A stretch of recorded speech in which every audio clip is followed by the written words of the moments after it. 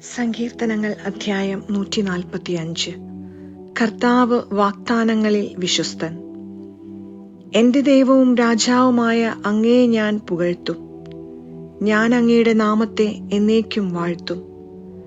അനുദിനം ഞാൻ അങ്ങയെ പുകഴ്ത്തും. അങ്ങയുടെ നാമത്തെ എന്നേക്കും വാഴ്ത്തും. കർത്താവ് വലിയവനും അത്യന്തം സ്തുത്യർഹനുമാണ്. അവിടുത്തെ മഹത്വം അഗ്രാഹ്യമാണ്. തലമുറ തലമുറയോട് അങ്ങയുടെ പ്രവൃത്തികളെ പ്രകീർത്തിക്കും. അങ്ങയുടെ ശക്തമായ പ്രവൃത്തികളെപ്പറ്റി പ്രഘോഷിക്കും. അവിടുത്തെ പ്രതാപത്തിന്റെ മഹത്വപൂർണമായ തേജസ്സിനെ പറ്റിയും അങ്ങയുടെ അത്ഭുത പ്രവൃത്തികളെപ്പറ്റിയും ഞാൻ ധ്യാനിക്കും. അങ്ങയുടെ ഭീതിജനകമായ പ്രവൃത്തികളുടെ ശക്തിയെപ്പറ്റി മനുഷ്യർ പ്രഘോഷിക്കും. ഞാൻ അങ്ങയുടെ മഹത്വം വിളംബരം ചെയ്യും.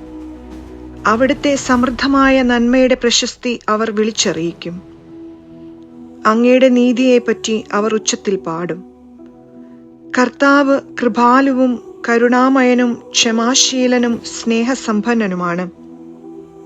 കർത്താവ് എല്ലാവർക്കും നല്ലവനാണ്. തന്റെ സർവ്വസൃഷ്ടിയുടെയും മേൽ അവിടുന്ന് കരുണ ചൊരിയുന്നു.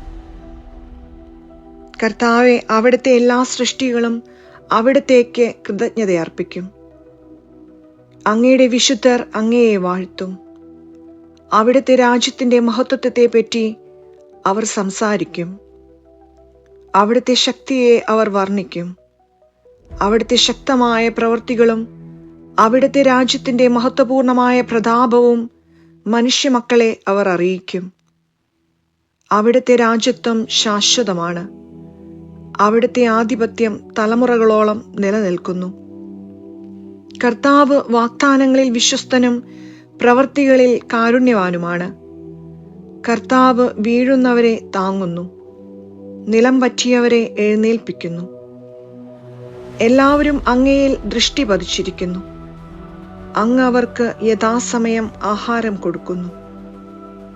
അവിടുന്ന് കൈ തുറന്ന് കൊടുക്കുന്നു. എല്ലാവരും സംതൃപ്തരാകുന്നു. കർത്താവിന്റെ വഴികൾ നീതിനിഷ്ഠവും അവിടുത്തെ പ്രവൃത്തികൾ കൃപാപൂർണവുമാണ്. തന്നെ വിളിച്ചപേക്ഷിക്കുന്നവർക്ക്, ഹൃദയപരമാർത്ഥതയോടെ വിളിച്ചപേക്ഷിക്കുന്നവർക്ക് കർത്താവ് സമീപസ്ഥനാണ്. തന്റെ ഭക്തന്മാരുടെ ആഗ്രഹം അവിടുന്ന് സഫലമാക്കുന്നു. അവിടുന്ന് അവരുടെ നിലവിളി കേട്ട് അവരെ രക്ഷിക്കുന്നു. തന്നെ സ്നേഹിക്കുന്നവരെ കർത്താവ് പരിപാലിക്കുന്നു. എന്നാൽ സകല ദുഷ്ടരെയും അവിടുന്ന് നശിപ്പിക്കും. എന്റെ വായ് കർത്താവിന്റെ സ്തുതികൾ പാടും. എല്ലാ ജീവജാലങ്ങളും അവിടുത്തെ വിശുദ്ധ നാമത്തെ എന്നേക്കും വാഴ്ത്തട്ടെ.